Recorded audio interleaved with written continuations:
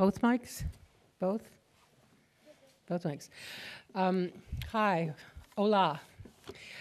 I've never given a talk before in a foreign country, and this is the first time I've had a spontaneous translation. Are you translating, Michael? So, as I get older, I have more and more work, and I normally have to speak faster and faster to cover the important series of my work.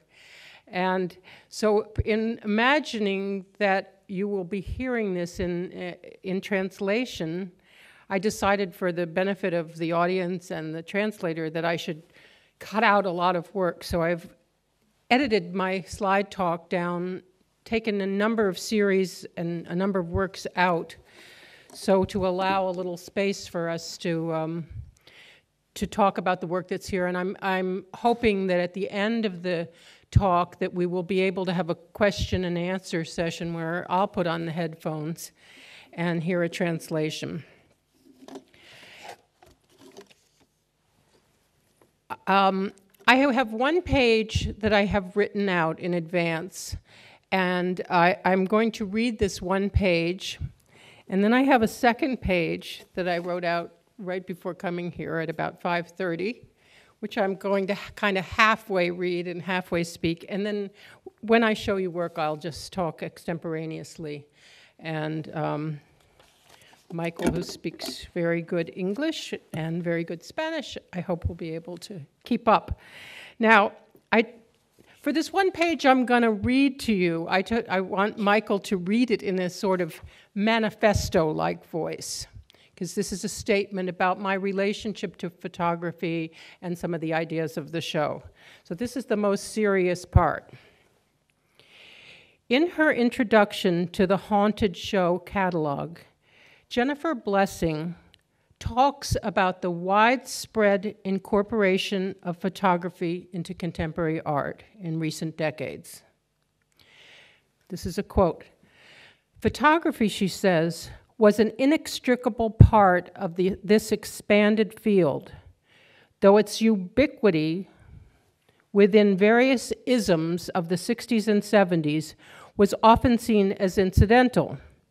A documentation, for example, simply as a means to an end, rather than integral to the reconceptualization of art." I want to address this point.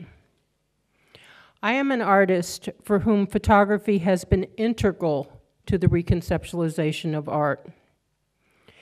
As a student, I was heir to a tradition of art which was informed by a modernist perspective.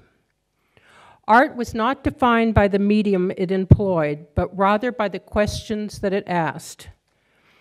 Although painting and sculpture were dominant forms of art practice in the 20th century, art has recognized everything from a snow shovel and a urinal to a fur-lined teacup, salt, rock, earth, and water, an erased drawing, or even the musical scoring of silence as valid medium for photographic contemplation and reflection.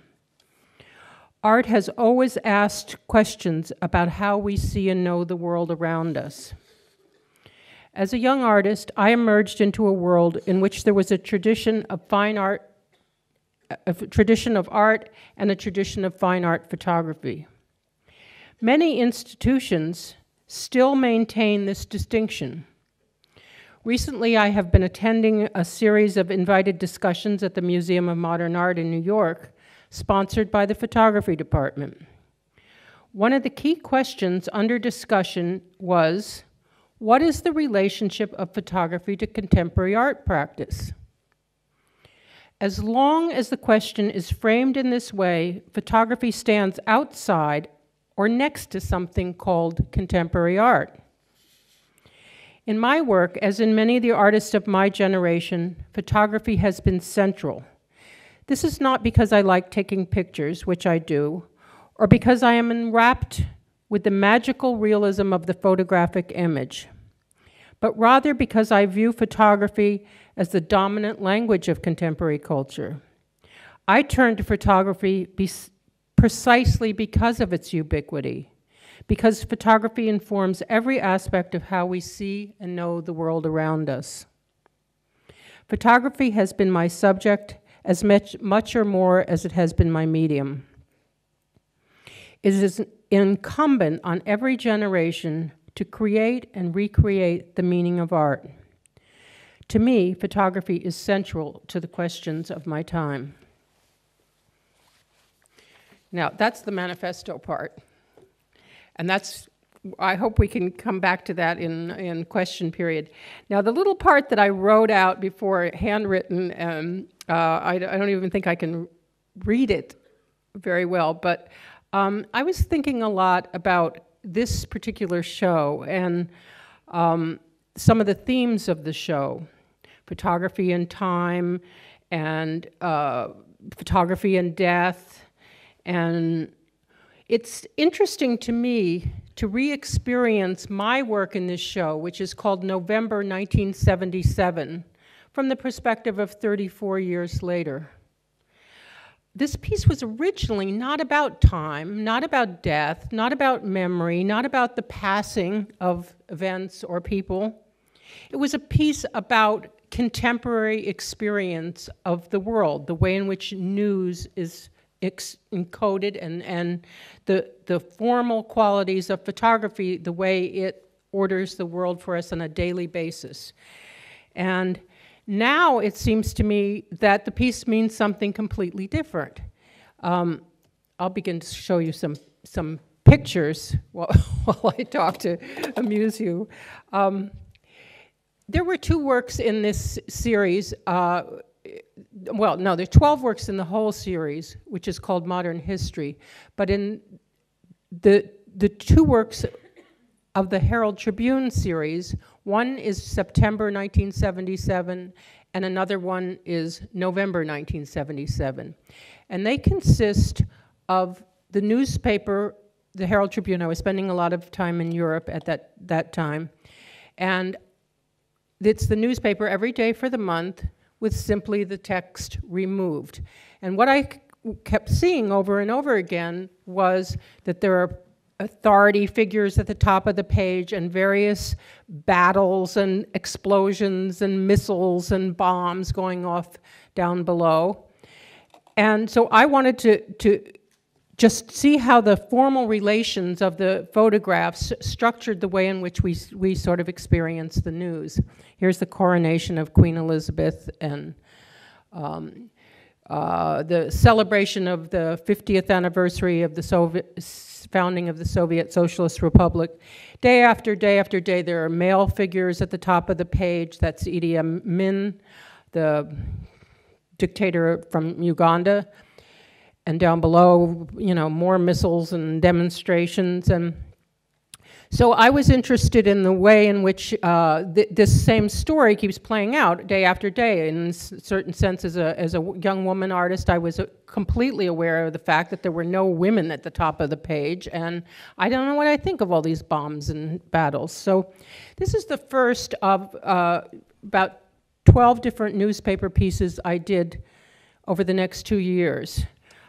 Each one has a different structure to it and a different idea. I'm examining the daily news from the perspective of the way in which an image changes in different countries.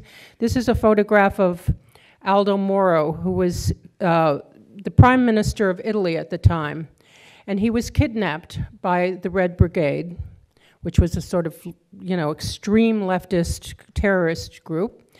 And one day during the time they were holding Aldo Moro, they announced that he had been assassinated. And the next day they said, just kidding, he's alive, and here's a photo of him to prove he's still alive. And he's holding the newspaper from the day before. This photograph was released to 2 Rome newspapers, and from there entered the global news. And this one work follows traces the dispersion of this photograph everywhere it went around the world. And it is altered in each context. Here's a newspaper from Geneva that shows the newspaper from the day before saying, is Moro assassinated? And then the same one that we saw on the first page, Moro e Vivo, Moro's Living.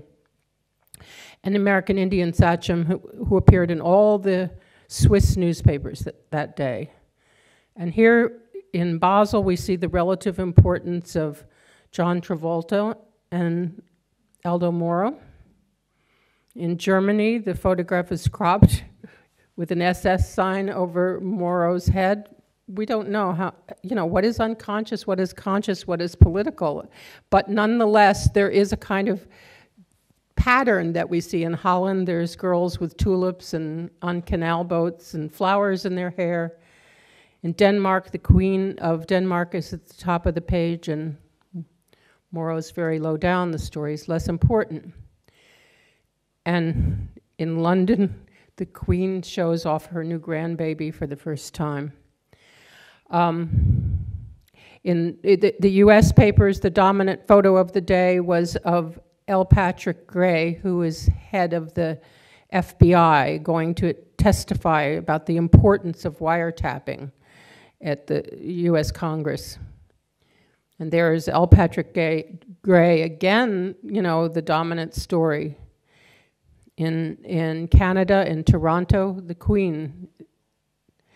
So this piece has got a number of different images in it, and I've edited it down just to give you the kind of idea of the work and the way in which the image changes. This paper's from Buenos Aires, and so you, instead of having the actual photo, you have a person on the street looking at a photo of somebody looking at a photo.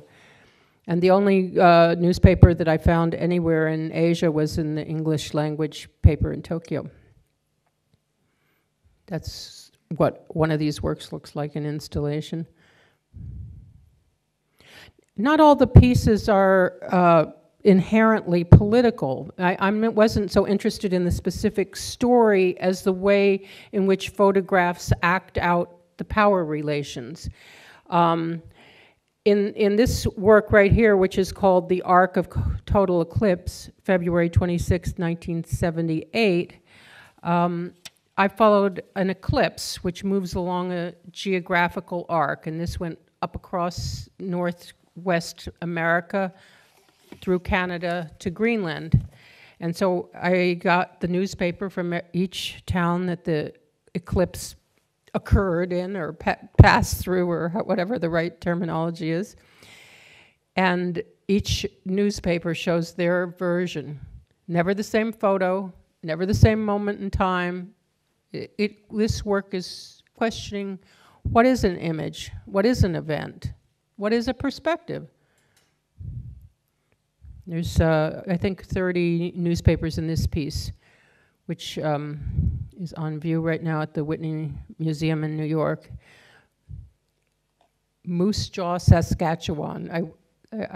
Michael, translate Moose Jaw. Okay, whenever we get to a blank place, that means I'm skipping ahead a few years.